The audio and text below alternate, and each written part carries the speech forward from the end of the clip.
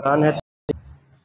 चलिए हम लोग आज स्टार्ट करने वाले हैं पृष्ठीय क्षेत्रफल तथा आयतन 10th का। ठीक है, चैप्टर का कौन सा चैप्टर है आपका? 13वां चैप्टर है। ठीक है, तो इसमें सबसे पहले हम लोग पढ़ेंगे घनाभ।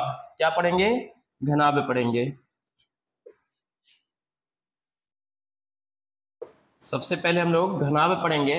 घनाभ देखिए आपका क्या होता है, बोर्ड की तरफ सब लोग का फोकस होना चाहिए। घनाभ में सभी भुजाएं क्या होती हैं? भिन्न भिन्न होती हैं। क्या होती हैं? सभी भुजाएं क्या होती हैं? भिन्न भिन्न होती हैं। ठीक है, माना ये क्या है? लेंथ है, एल लंबाई है। ठीक है, और चौड़ाई को बी से और ऊंचाई को एस से। लंबाई को एल से, चौड़ाई को बी से, ऊंचाई को एस से। एक जो घनाभ होता है कितने फलकों से मिलकर के बना होता है? पूरा टोटल 6 फलकों से मिलकर के बना होता है। फॉर एग्जाम्पल जैसे बात कर लेते हैं, एक फलक ऊपर हो गया और एक फलक नीचे हो गया, फिर एक फलक इस साइड का, एक फलक इस साइड का, एक फलक इस साइड का, एक फलक इस साइड का। यहाँ पर बात कर लेते हैं, इसमें कितने फलक होंगे? 6 फलक होंगे। एक फलक सामने का होगा, एक फलक पीछे का, 2 हो गया, इधर 3 हो गया, इस तरफ 4 हो गया, ऊपर 5, नीचे 6। तो घनाभ कुल कितने फलक से मिल करके बना होता है? 6 फलक। तो घनाभ के कुल कितने फलक होते हैं? घनाभ 6 फलकों से मिलकर के बना होता है। घनाभ 6 फलकों से मिलकर बना होता है। ठीक है, अब बात कर लिया जाए इसमें कुल कितने कोर होंगे। कोर का मतलब यहाँ पर ये चीजें कोर कितने होंगे। ठीक है, अगर कोर की बात किया जाए तो टोटल कितने होंगे गिन लेते हैं। यहाँ पर देखो 4 खड़ा कोर होगा और 4 इस तरह से होगा। कितना होगा? ये 4 खड़ा, 1 2 3 4। ठीक है, और ये क्या होगा? 5 होगा, 6 होगा, 7 होगा, एक 8 होगा। फिर उसके बाद ये एक 9 होगा, एक 10 होगा, 11 होगा, 12 होगा। तो 4 खड़ा कोर, 4 खड़ा कोर होगा और 4 इस तरह से होगा क्षैतिज तल में, और 4 क्या होंगे? एक चौड़ाई होगा आपका। तो कुल कितने कोर होंगे एक फलक, एक घनाभ में कुल कितने कोर होते हैं? 12। घनाभ का कोरों की संख्या, घनाभ के कोरों की संख्या,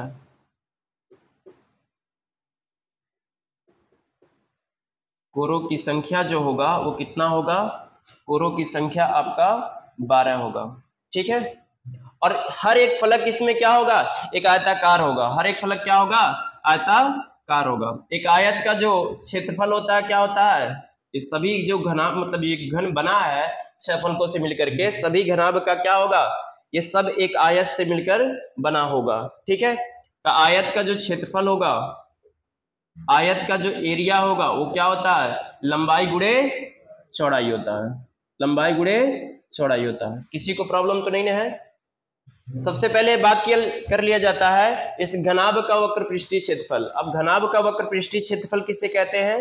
और ये घनाभ का वक्र पृष्ठीय जो क्षेत्रफल होगा, ये 4 दीवारों का जो मतलब 4 किनारे साइड का जो मतलब फलक होगा, उसी को हम क्या कहेंगे? घनाभ का वक्र पृष्ठीय क्षेत्रफल कहेंगे। ठीक है, मान लेते हैं एक घनाभ है हमारे पास। क्या है? एक घनाभ है जो इस साइड का होगा और इस साइड का होगा और इस साइड का होगा और इस साइड का होगा। ये चारों दीवारों को ही क्या बोला जाता है? घनाभ का वक्र पृष्ठीय क्षेत्रफल बोला जाता है। ठीक है, अब इसका क्षेत्रफल कैसे निकलेगा?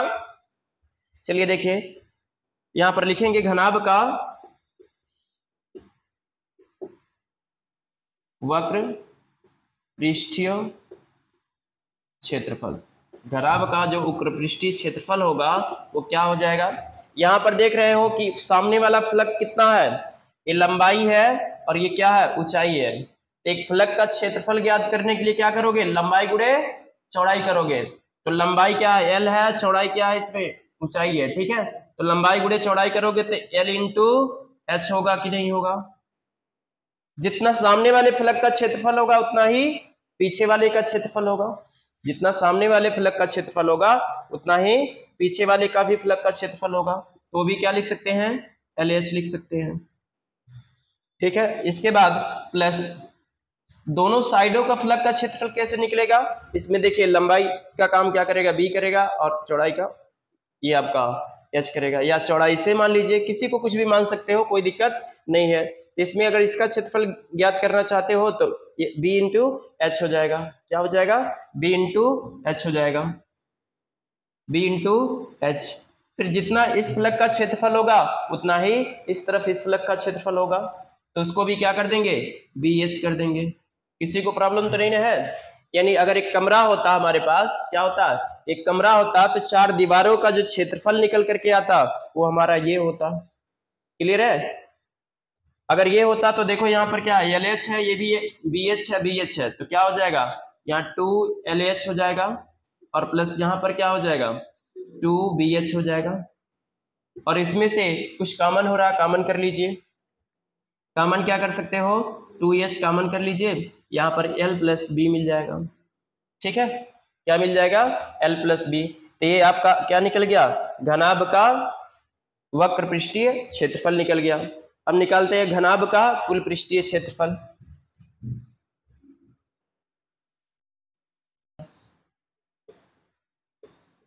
घनाभ का कुल पृष्ठीय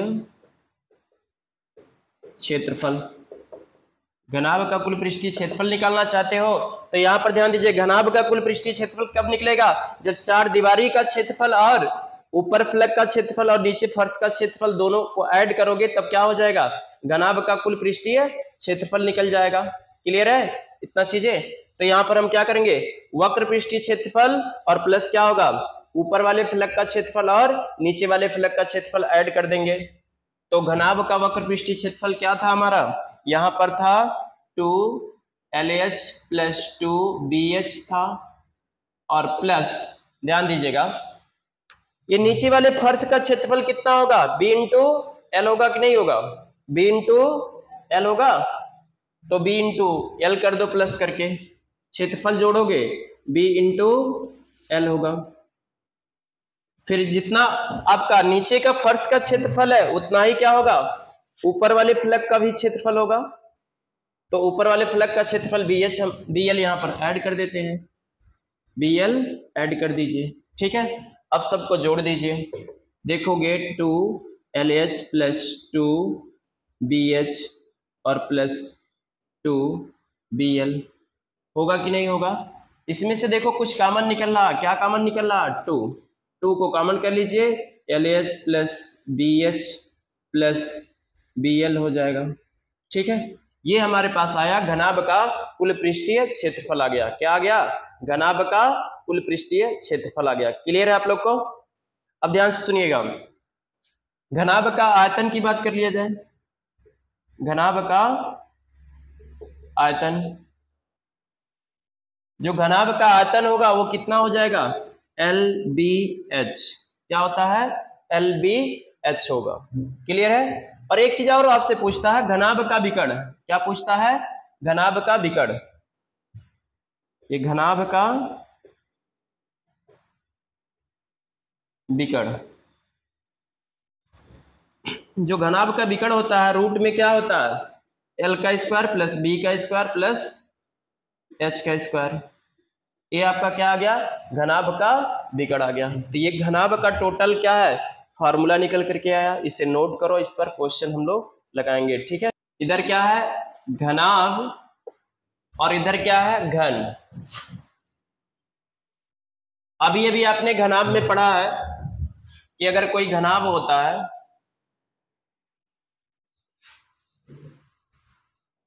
इसकी लंबाई चौड़ाई ऊंचाई सब क्या होते हैं? भिन्न भिन्न होते हैं। लंबाई को L से, चौड़ाई को B से और ऊंचाई को H से आपने डिनोटेड किया है। और एक जो घन होता है इसके सभी क्या होते हैं? सभी भुजाएं बराबर होती हैं आपस में। सभी भुजाएं क्या होती हैं? आपस में बराबर होती हैं। और इस बात को ध्यान दीजिएगा, ये जो होता है ना, इसके जो फलक होते हैं सब वर्ग ही होते हैं। जो घन का फलक होता है वो सब क्या होते हैं? वर्ग होते हैं। जो घन के फलक होता है वो क्या होता है? सब वर्ग होता है। इनकी लंबाई चौड़ाई ऊंचाई सब क्या होते हैं? आपस में बराबर होते हैं। L बराबर B बराबर H बराबर, मान लेता हूं ये है इसका भुजा। क्या होता है? मान लिया कि इसका भुजा क्या है? A है। किसी को प्रॉब्लम तो नहीं है? सभी भुजाएं क्या होंगे, ए होंगे। अभी मैंने घनाभ में पढ़ाया है कि जो घनाभ होते हैं कुल कितने फलक से मिलकर के बने होते हैं, 6 फलक से मिलकर के बने होते हैं। तो ये घन भी क्या होगा, 6 फलकों से ही मिलकर के बना होगा। ये क्या होगा, यहां पर मैं लिखाया था कुल कितने फलक से मिलकर के बना होता है घनाभ। जो घनाभ होता है वो 6 फलकों से मिलकर के बना होता है। घनाभ में घनाभ 6 फलकों से मिलकर बना होता है। और घन भी कितने फलकों से मिलकर के बना होता है, 6 फलकों से। फर्क इतना है कि इसके जो फलक होते हैं वो क्या होते हैं, इसके फलक जो होते हैं आपके आयत होते हैं। क्या होते हैं, इसके फलक जो होते हैं वो आयत होता है। क्या होता है, आयत होता है। और इसके फलक जो होते हैं वो क्या होता है, वर्ग होता है। तो ये घन भी क्या होता है, घन 6 फलकों से मिलकर, 6 फलकों से क्या होते हैं, मिलकर बने होते हैं। ठीक है, मिलकर बना होता है। ठीक है, यहां तक किसी को कंफ्यूजन तो नहीं है। इसके जो फलक होते हैं वो क्या होते हैं, वर्ग होते हैं। और वर्ग का क्षेत्रफल क्या होता है, भुजा का स्क्वायर होता है। और यहाँ पर एक आयत का जो क्षेत्रफल होता है वो क्या होता है, जो आयत का जो क्षेत्रफल होता है वो कितना होता है, लंबाई गुणे चौड़ाई होता है। ठीक है, इसको थोड़ा यहाँ पर एरिया नीचे लिख लेते हैं ना। एरिया बराबर क्या हो जाएगा, ए का स्क्वायर, भुजा का स्क्वायर। ठीक है, यहाँ पर किसी को प्रॉब्लम। इसमें कुल कितने कोर होते हैं, 6 कोर होते हैं। इसमें जो कोर होता है, सॉरी ये 12 कोर होते हैं। कोरों की संख्या कितना होती है, 12 होती है। इसमें भी कोरों की संख्या कितना होगा, कोर जो होंगे वो 12 होंगे। ठीक है, इसका जो घनाभ का वक्र पृष्ठीय क्षेत्रफल बताया गया, कितना बताया गया, घनाभ का वक्र पृष्ठीय क्षेत्रफल जो होता है 2h और कोष्टक में l प्लस बी, ये बताया गया है। और घन का वक्र पृष्ठीय क्षेत्रफल क्या होगा, घन का वक्र पृष्ठीय जो क्षेत्रफल होगा, ध्यान सुनिएगा, सभी भुजाएं क्या आपस में बराबर। अगर हम यहाँ पर a रख दे और यहाँ पर a रख दे, यहाँ पर a रख दे, तो होगा क्या, a प्लस a हो जाएगा और बाहर क्या है 2a हो जाएगा। ये a कितना हो जाएगा, 2a हो जाएगा। ये 2a से गुणा होगा तो कितना मिल जाएगा, 4a का स्क्वायर हो जाएगा। बोलो, तो ये जो घन का वक्र पृष्ठीय क्षेत्रफल निकलेगा वो कितना निकलेगा, 4a का स्क्वायर निकलेगा, नहीं निकलेगा, क्योंकि सभी भुजाएं क्या होंगे, घन में सब बराबर हो जाएंगे। क्लियर है, घनाभ का कुल आयतन, कुल वक्र पृष्ठीय क्षेत्रफल, घनाभ का कुल पृष्ठीय क्षेत्रफल, घनाभ का जो कुल पृष्ठीय क्षेत्रफल होगा वो क्या हो जाएगा, वो 2 और कोष्टक में क्या LH प्लस LB और प्लस BH होगा। ठीक है, ये बताया गया था। ठीक है, इसको इधर लिखो या उधर लिखो, कोई दिक्कत नहीं होगा। ठीक है, और इसी तरह से यहाँ पर मैं क्या करूँ, a इंटू ए करूँ, a इंटू ए करूँ, a इंटू ए करूँ, तो a मतलब a का स्क्वायर बनेगा, a का स्क्वायर बनेगा, a का स्क्वायर बनेगा। ठीक है, और ये कितना हो जाएगा, 3a का स्क्वायर हो जाएगा, ऐड होगा तो बाहर 2 है तो कितना हो जाएगा, 6a का स्क्वायर होगा। तो इस तरह से घनाभ का कितना हो जाएगा, 6a का स्क्वायर हो जाएगा। ठीक है, घन का कितना हो जाएगा, 6a का स्क्वायर हो जाएगा। घन का कुल पृष्ठीय क्षेत्रफल,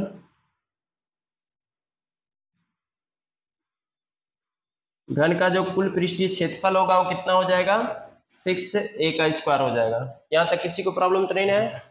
घनाभ का कितना होगा, घनाभ का होगा 2 into LH plus LB plus BH हो जाएगा।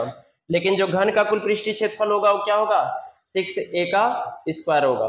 क्लियर है, अब ध्यान दीजिएगा, जो घन का आयतन, घनाभ का जो आयतन बताया गया है, क्या बताया गया है, घनाभ का जो आयतन बताया गया है वो बताया गया है LBH। और जो घन का आयतन होगा क्या होगा, अगर a इंटू ए करोगे तो a क्यू हो जाएगा। तो यहाँ पर क्या मिल जाएगा आपको, जो घन का आयतन होगा वो कितना मिल जाएगा आपको, a का क्यू मिल जाएगा। तो ये घन का फार्मूला मिल गया, इधर क्या मिल गया, घनाभ का फार्मूला मिल गया। नोट करिए आप लोग। पढ़ेंगे क्या, वृत्त। वृत्त क्या होता है, वृत्त में एक निश्चित एक बिंदु होता है, एक निश्चित दूरी पर, एक निश्चित दूरी जो है r होगा जिसे त्रिज्या बोला जाता है, और बिंदुओं के गमन से बने आकृति को हम क्या कहते हैं, वृत्त कहते हैं। किसी समतल में किसी बिंदु से एक निश्चित दूरी पर बिंदुओं के गमन से बने आकृति को हम क्या कहते हैं, वृत्त कहते हैं। ठीक है, इसका ध्यान दीजिएगा। अगर मान लेते हैं सपोज दैट यहां से लेकर के, अगर यहां से लेकर के चलते चलते यहां तक की दूरी याद करना है, तो उसे हम वृत्त को हम, जैसे अगर मान लेते हैं सपोज दैट हमें यहां से यहां तक की दूरी अगर ज्ञात करना रहता, पता करना रहता, तो क्या करते हैं हम रियल लाइफ में यहाँ मीटर उठाते, मीटर से नाप करके रख देते।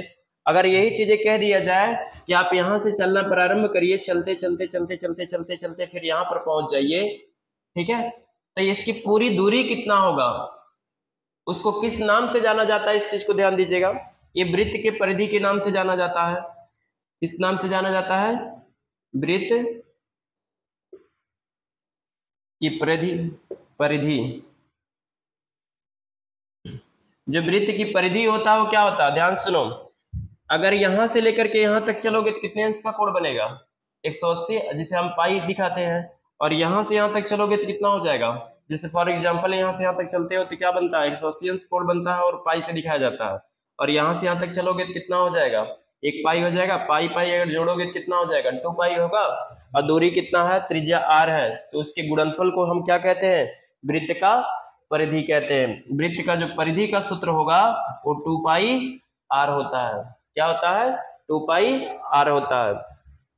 अगर दूसरी चीजें बात किया जाए वृत्त की क्षेत्रफल की, ये वृत्त मतलब टोटल क्षेत्रफल कितना ये घुमा होगा, ये त्रिज्या क्षेत्रफल की बात किया जाए, अगर वृत्त की जो क्षेत्रफल होगा वो कितना होगा, वो पाई r स्क्वायर होगा। क्या होगा, पाई r स्क्वायर होगा। वृत्त का जो क्षेत्रफल होगा वो क्या होगा, पाई r स्क्वायर होगा। अच्छा, ये कैसे आता है, ये हम आगे चल करके जब फर्स्ट ईयर में जाएंगे, फर्स्ट ईयर में हम ये वृत्त का समीकरण पढ़ेंगे, और सेकेंड ईयर में जाकर के हम क्या करेंगे, इंटीग्रेशन विधि से वृत्त का क्षेत्रफल का हम फार्मूला डेरिवेशन करेंगे वहां पर। यहाँ पर फिलहाल क्या है, आज के टाइम पर तुम्हें क्या करना है, वृत्त का क्षेत्रफल का तुम्हें फार्मूला डायरेक्टली याद कर लेना है, पाई r स्क्वायर होता है। ठीक है, इसके बाद हम लोग बेलन पढ़ते हैं। हमारे पास क्या है, अगर वृत्त है,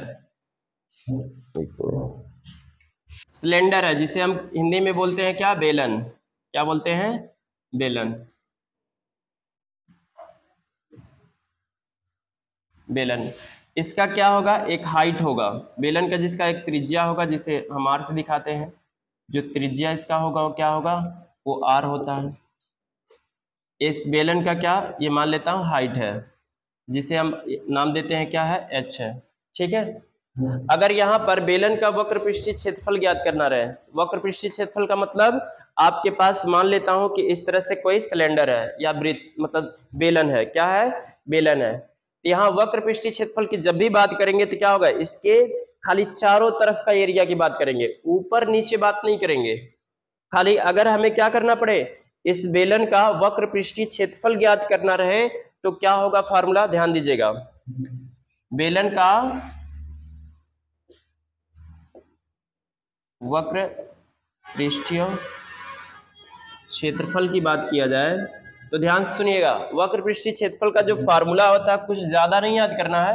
ये देखो नीचे क्या होता है, सर्कल जैसा नुमा बना होता है, बना होता है कि नहीं बना होता है। तो सर्कल का जो परिध होता है वो किनारों का क्या होता है, 2 पाई r होता है कि नहीं होता है। और इसमें क्या होगा, अब हाइट इंक्लूड हो गया है, क्या हो गया, ऊंचाई मतलब आ गया, तो ऊंचाई से मल्टीप्लाई कर दो तो क्या मिल जाएगा आपका, वृत्त का वक्र पृष्ठीय क्षेत्रफल का सूत्र मिल जाएगा। क्लियर है इतना। अब यहां पर ध्यान दीजिएगा, बेलन का वक्र पृष्ठीय क्षेत्रफल निकल जाएगा, वृत्त का वक्र पृष्ठीय क्षेत्रफल नहीं। बेलन का क्या होगा, वक्र पृष्ठीय क्षेत्रफल आपको मिल जाएगा।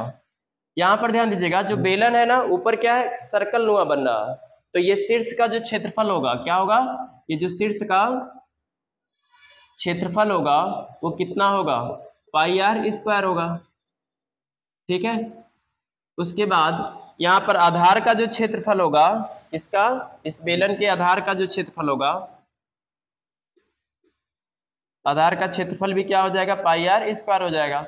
अगर बेलन का कुल पृष्ठीय क्षेत्रफल की बात किया जाए तो वक्र पृष्ठीय क्षेत्रफल, शीर्ष का प्लस क्षेत्रफल प्लस आधार का क्षेत्रफल, तीनों को क्या कर दोगे, ऐड कर दोगे तो क्या निकल जाएगा, बेलन का कुल पृष्ठीय क्षेत्रफल निकल जाएगा। ठीक है, तो देखिए यहां पर क्या हो जाएगा, बेलन का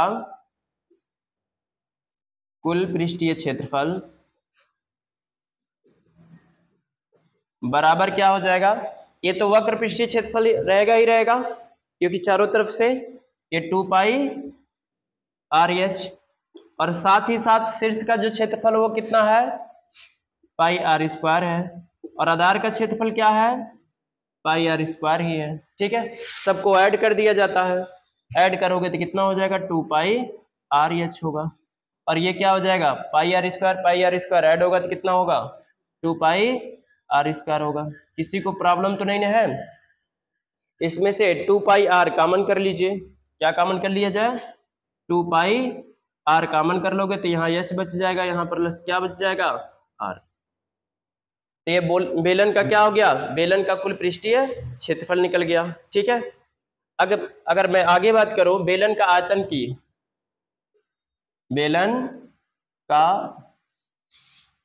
आयतन, अच्छा बेलन का आयतन कैसे समझोगे, ये जो आपने वृत्त का क्षेत्रफल निकाला था ना, पाई आर स्क्वायर, उसे लिख दो, और उसमें क्या हो गया, ये क्षेत्रफल बता रहा है, ये पाई आर स्क्वायर एक मतलब वृत्त का क्षेत्रफल बता रहा है। ठीक है, लेकिन उसमें पूरी हाइट की बात किया जाएगा, जितना हाइट लोगे वो क्या बता देगा, आयतन बता देगा आपका, तो उसमें हाइट से मल्टीप्लाई कर दीजिएगा तो बेलन का क्या निकल जाएगा, आपका आयतन निकल जाएगा। ठीक है, वृत्त के क्षेत्रफल में अगर यस से मल्टीप्लाई कर देते हो तो बेलन का आयतन निकल जाता है। ठीक है, किसी को प्रॉब्लम तो नहीं है, नोट करो। गोला, ये गोला क्या होता है, और अर्धगोला।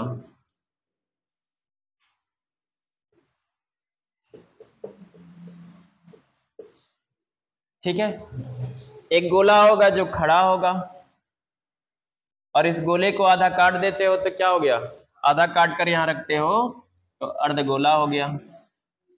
ठीक है, ये क्या हो गया, अर्धगोला हो गया।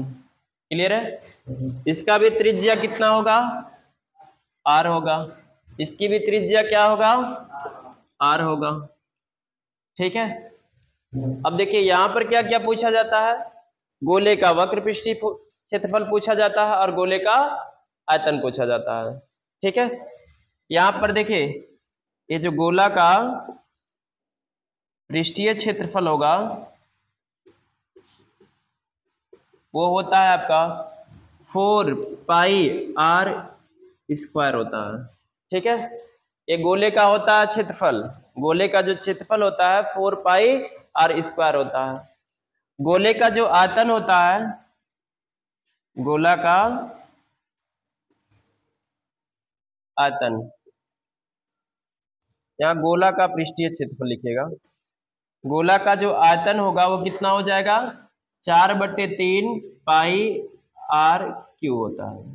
गोले का जो आयतन होता है क्या होता है, 4/3 पाई आर क्यू होता है। ठीक है, इसी तरह से अर्धगोले की बात कर लिया जाए, अर्धगोला का वक्र पृष्ठीय क्षेत्रफल, वक्र पृष्ठीय क्षेत्रफल। अच्छा, वक्र पृष्ठीय क्षेत्रफल क्यों कहा गया, मान लिया ये गोला क्या है, ये गोला मान लेता हूं, वो काला वाला तरबूज होता है आपके पास, क्या होता है, काला वाला तरबूज होता है, बीच में से आपने काट दिया। ठीक है, काटने के बाद यहाँ पर आपने रख दिया, जो ये बाहर का जो काला वाला एरिया दिखेगा ना उसी को हम क्या बोलेंगे, गोले अर्धगोले का वक्र पृष्ठीय क्षेत्रफल बोलेंगे। जो काला वाला एरिया होगा, केवल काला वाला, और ऊपर से तरबूज क्या पका हुआ है, रेड वाला हिस्सा की बात नहीं कर रहा हूं अभी, क्या ऊपर वाले रेड वाले हिस्सा की बात नहीं कर रहा हूं, केवल नीचे से जो काला वाला एरिया है उसी को हम क्या बोलेंगे, अर्धगोला का वक्र पृष्ठीय जो क्षेत्रफल होगा वो फार्मूला क्या, सूत्र क्या हो जाएगा, इस पूरे पृष्ठीय क्षेत्रफल का क्या कर दो, आधा कर दो, तो 2 पाई आर स्क्वायर हो जाएगा। ठीक है, अब यहां पर ध्यान दीजिएगा, जो रेड वाला हिस्सा होगा वो कैसा बनेगा, सर्कल नुमा बनेगा कि नहीं बनेगा, तो इसका जो क्षेत्रफल होगा वो क्या हो जाएगा, पाई आर स्क्वायर हो जाएगा। बोलिए, तो यहां पर अर्धगोले का कुल पृष्ठीय क्षेत्रफल,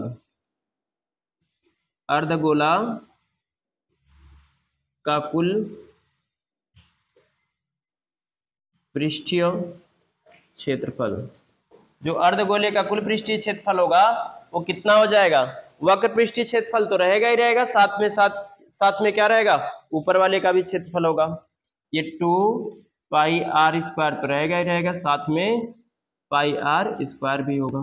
ठीक है, इसको ऐड करोगे कितना हो जाएगा, 3 पाई आर स्क्वायर हो जाएगा। ठीक है, ये क्या निकल के आया, अर्धगोले का वक्र पृष्ठीय क्षेत्रफल का, अर्धगोले का कुल पृष्ठीय क्षेत्रफल का सूत्र आ गया। ठीक है, अर्धगोले का आयतन की बात कर लिए जाए, अर्धगोला का